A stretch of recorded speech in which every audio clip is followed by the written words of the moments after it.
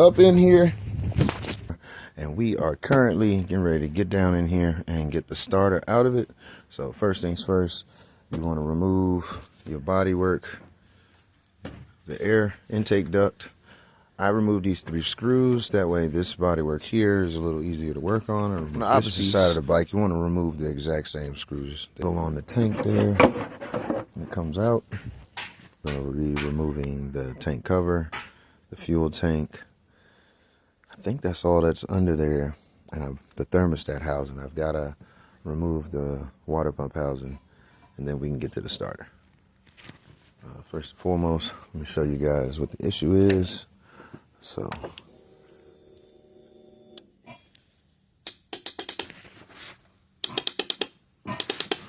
what's going on here is the starter relay in the back.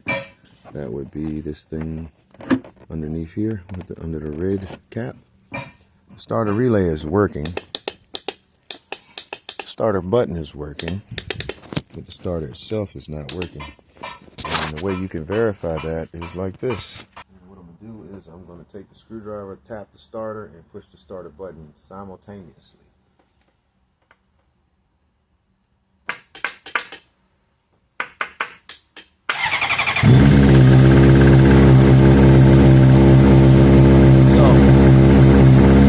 you can't get your Honda to start. And tap on it right there. Yep, tap on that thing right there. About like that while you're pressing the button, and you can get your Honda started and at least get yourself back home, or you can get here to power curve. Sometimes it's intermittent. Nope, this one is instantaneous. So now the bike, as you can see, will not start. First things first, we're going to disconnect the battery, and let's get this bike all tore down.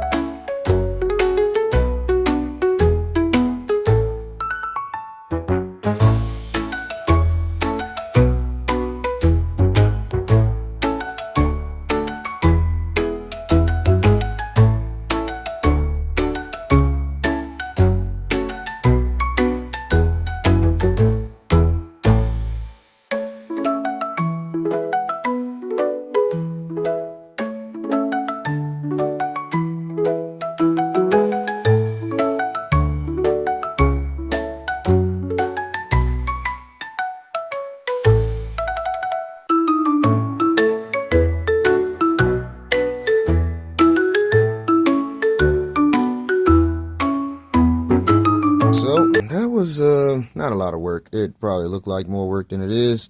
Probably about a half hour to 45 minutes. You'll be to this point and have your starter out. In this case, remove the starter, clean everything, get your new starter out the box, and replace everything the way you found it. Put it all back the way you found it. You would just reverse the steps that you did to remove it. I hope you guys took plenty of pictures.